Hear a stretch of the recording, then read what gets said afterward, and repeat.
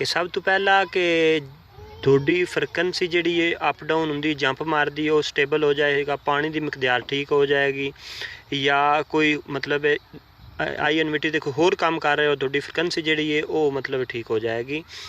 तो अच्छा दूसरे नंबर पर इनका ये तरीक़ेकार है कि असी मोटर चलाने अगे 0-0 आ जाता है, मतलब डिफाल्ट आ जाता है। अच्छा इनका हल है उस तो बाद कि मोटर पानी साड़ी नहीं चाह रही, असी उन जंप मराने ने, यानी कि फ्रिक्वेंसी तेज़ी नाल उतां जावे, तेज़ी नाल थल्ले आवे। ये इंशाअल्लाह तिन्ना दे बारे मैं तुहानू दसना। तो ये इंशाअल्लाह ताला सब तो पहले असी शुरू करना है जी। सब तो पहले PB दे विच असी जाना है, ठीक है। PB दे विच चले गए, ठीक है जी। ये मोटर 5 हार्स पावर दी ते 7 हार्स पावर दी मैं तुहानू इंशाअल्लाह ताला ने जी दसां दा कि फ्रिक्वेंसी केड़ी जगह ते तुसां रखनी है, ठीक है। असी जी चले गए PB5 ते, सॉरी PB4 ते जावांगे, ठीक है। PB4 ते चले गए, ठीक है। 4 ते जाके जी असी अगर साडी मोटर है 7.5 दी, तो फिर असी फ्रिक्वेंसी इनकी अगर प्लेटां ने साड़ियाँ 14, फिर असी इनकी रखा 100 ते जनाब 100 ते कर दी 545 वाट की प्लेट होवे, इनका मैं एवरेज तुहानू दसदा पां, ठीक है।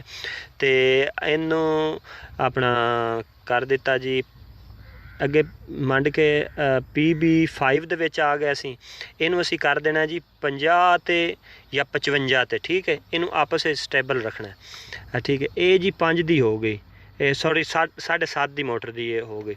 अच्छा तो उस तो बाद 5 दी 5 हार्स पावर मोटर दी मैं तुहानू दसना जी कि फिर बैक आ गए PB4 7.5 हार्स पावर दी 10 प्लेटां होण, तो उनका तुसां करना जी 70 ते फ्रिक्वेंसी कर देनी, यानी कि जितनियां घट प्लेटां होण उतना इदू फ्रिक्वेंसी डाउन कर देनी है, ठीक है।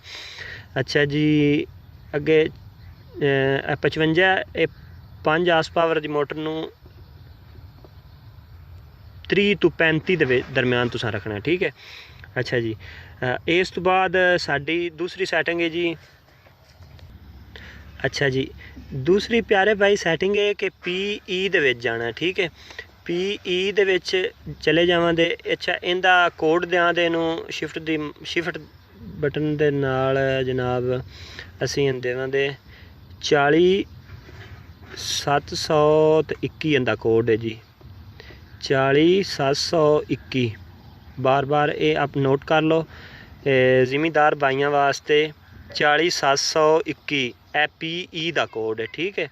इंटर किया इन आ गए। अच्छा उस तो बाद असी चले जावांगे जी PE4 दे विच जावांगे, ठीक है। इत्थे आ जाए 380, कोई मसला नहीं।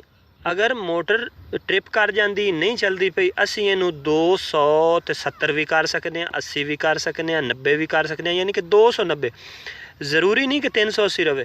अगर वोल्टेज घट ने यानी कि तुहाड़ियां 10 प्लेटां लगियां ने कि वोल्टेज मगरू कम ने, तुसी इनू 200 कर दिओ, 200 ते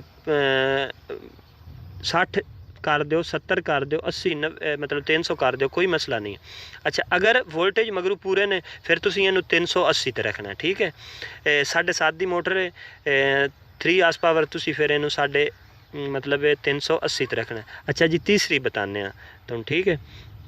तीसरी सैटिंग है अच्छा प्यारे भाई इस वीडियो दे तीसरी सैटिंग है P0, यानी कि जंप मरा के असी पानी उठवाना है, ठीक है।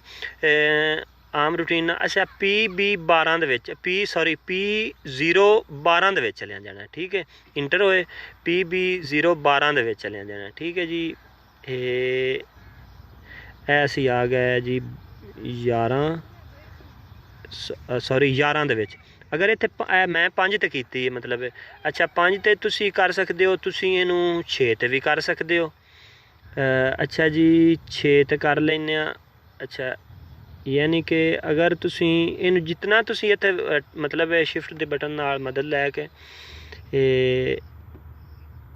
4 ਤੇ ਵੀ 4 ਸੈਕਿੰਡਾਂ ਯਾਨੀ ਕਿ ਚੱਲੇ, 5 ਸੈਕਿੰਡਾਂ 6 ਸੈਕਿੰਡਾਂ ਚੱਲੇ, 7 ਮਤਲਬ 7 ਸੈਕਿੰਡ ਚੱਲੇ, 10 ਸੈਕਿੰਡ ਚੱਲੇ। ਇਹ ਤਾਂ ਤੁਸੀਂ ਆਪਣੀ ਮਰਜ਼ੀ ਨਾਲ ਟਾਈਮ ਨੋਟ ਕਰਨਾ ਹੈ।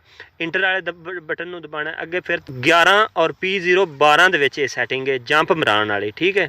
ਇਹ ਮੇਰਾ ਬਾਈ ਯਾਦ ਰੱਖਣਾ ਹੈ। इंशाअल्लाह ताला मिलांदे अगली वीडियो ते। बहुत अपना ख्याल रखना। अल्लाह तुहानू खुश रखे ते आबाद रखे। बहुत बहुत मेहरबानी। साढ़े हक सिर्फ दुआ करनी। अल्लाह खुश रखे।